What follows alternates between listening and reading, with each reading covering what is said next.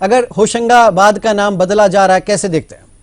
देखिए, जब भी हम अगर बात करते हैं नाम चेंज की, नाम परिवर्तन की, तो हमें नाम परिवर्तन की जो फिलॉसफी है उसको देखना चाहिए कि क्या कारण होता है नाम चेंज का। तो जितने भी अटैकर्स होते हैं, जितने आक्रांता थे, चाहे वो बाबर हो, चाहे वो अपन शुरुआत करते हैं अलेक्जेंडर सिकंदर से, तो जितने भी लोग आए सबसे पहले उनकी मेन कोशिश ये रहती थी कि जिस जगह को लूटा है सबसे पहले उसका नाम बदल दें, क्योंकि वो लोग इस बात को समझ गए थे कि इतिहास सिर्फ विजेता का होता है। ये आप मान के चलिए, आज भी इतिहास विजेता का ही लिखा जाता है, जो हार जाता है उसका इतिहास नहीं होता है। और इसका मेन कारण ये था कि अपनी सुप्रीमेसी दिखाना और जो जनता है उसको ये दिखाना, जैसे चाहे बाबरी मस्जिद को तोड़ने का कोई ऐसा नहीं है, बहुत सारे मंदिर थे वहां पे, राम मंदिर देश भर में बहुत सारे थे, पर जो उस वाली राम जन्मभूमि को तोड़ने के पीछे मेन उद्देश्य यही था कि वो लोग हमेशा डरते रहे और उनके दिमाग में हमेशा ये रहे कि हम ऑपरेज हैं। एक बात।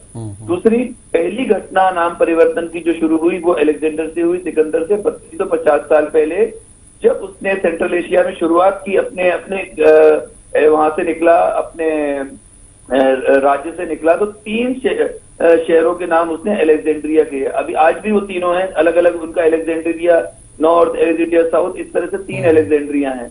तो उसने शुरुआत यही करी थी, उसने नाम परिवर्तन की 3250 साल पहले, और वही लगातार होता गया। अब बात करते हैं भाजपा की, कि भाजपा जो है सांस्कृतिक राष्ट्रवाद में विश्वास रखती है। उसका ये मानना है कि अगर संस्कृति जो इनकी मेन फिलॉसफी है, चाहे एकात्म मानववाद और सांस्कृतिक राष्ट्रवाद, तो सांस्कृतिक राष्ट्रवाद में ये पार्ट आता है कि नाम परिवर्तन होगा तो लोगों को सबसे पहले अपने पूर्वजों पर अगर हमें गर्व नहीं होगा, अपनी संस्कृति पे गर्व नहीं होगा, तो वो देश कुछ कर नहीं सकता। जापान और चाइना इसके उदाहरण है। वो अपनी भाषा और अपनी संस्कृति पे जिस तरह से गर्व करते हैं, किसी कारण से वो कहां से कहां पहुंच गए, और हम अपनी संस्कृति पे गर्व नहीं करते हैं।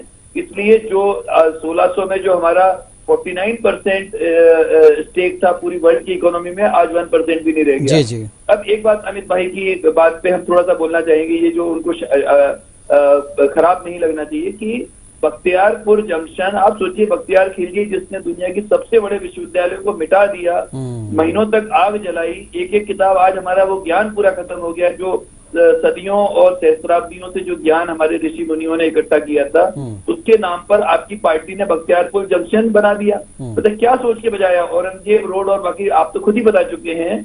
दूसरी बात यह है कि आप देखिए, नाम परिवर्तन तो कांग्रेस ने भी किए थे। बॉम्बे का नाम मुंबई कर दिया, मद्रास का नाम चेन्नई कर दिया, कलकत्ता का नाम कोलकाता कर दिया, तो वो आपने क्यों किया था?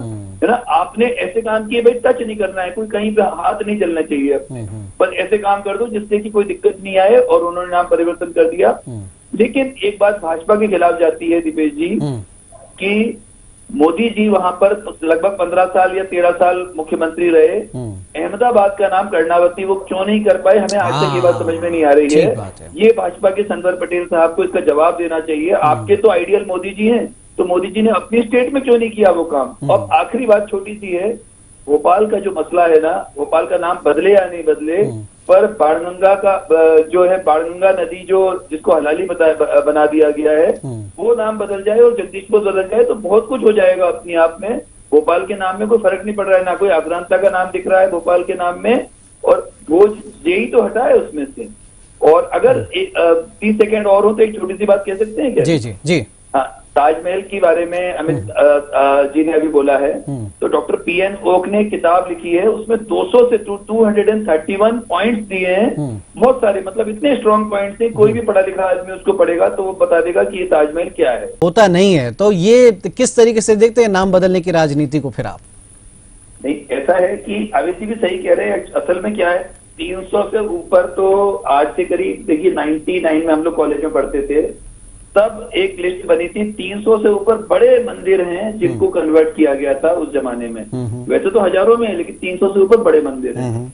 अब अगर अपन ये करने चलेंगे तो मतलब या एक बार में सारे काम कर देने चाहिए ताकि रोज रोज वो काम ना हो। दूसरी बात, जो नाम परिवर्तन की बात ये है कि एक मोदी जी को एक समिति बना देनी चाहिए नेशनल लेवल पे, और वो पूरी हर स्टेट का एक रिकॉर्ड बनाए और उस पे एक ही बार में नोटिफिकेशन हो जाए कि इस राज्य इसका ये नाम, इसका ये नाम, ताकि रोज रोज, मतलब इनको कांग्रेस का वो इल्जाम भी नहीं रहेगा कि आप चुनाव के समय करते हो, आप चुनाव के बाद करो उस काम को, है ना। जो अभी यूपी का चुनाव है, इस समय नहीं करना चाहिए था आपको, ये बात भी सही है, कहीं ना कहीं अमित जी इसमें सही कह रहे हैं। लेकिन एक बात है कि जो नाम परिवर्तन है वो बहुत इंपॉर्टेंट है और बहुत जरूरी है।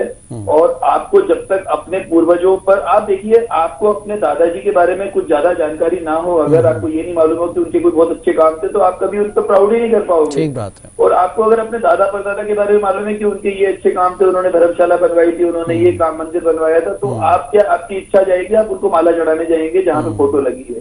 तो ये जो है जो और आपको कुतुब मीनार की बात, और जो है थोड़ी सी एक छोटी सी बात है, अमित भाई ने बोला है, तो कुतुब मीनार पे तो हमारी पूरी एक किताब है, अगले शायद 15-20 दिन में छप जाएगी। कुतुब मीनार को आप जाके खुद देख लें एक बार, फिर अपनी आंखों से बताएं। अब चाहे कल से शुरू हो रहा है भोजशाला में बसंत पंचमी का 3 दिन का महोत्सव, आप भोजशाला जाइए, आपको पता चल जाएगा कि वो क्या था। आप उस बिल्डिंग में एक लेमैन बन के घुसेंगे, एक अनजान आदमी बन के घुसेंगे बिना इतिहास की जानकारी के, तो भी आपको दिख जाएगा वो क्या था।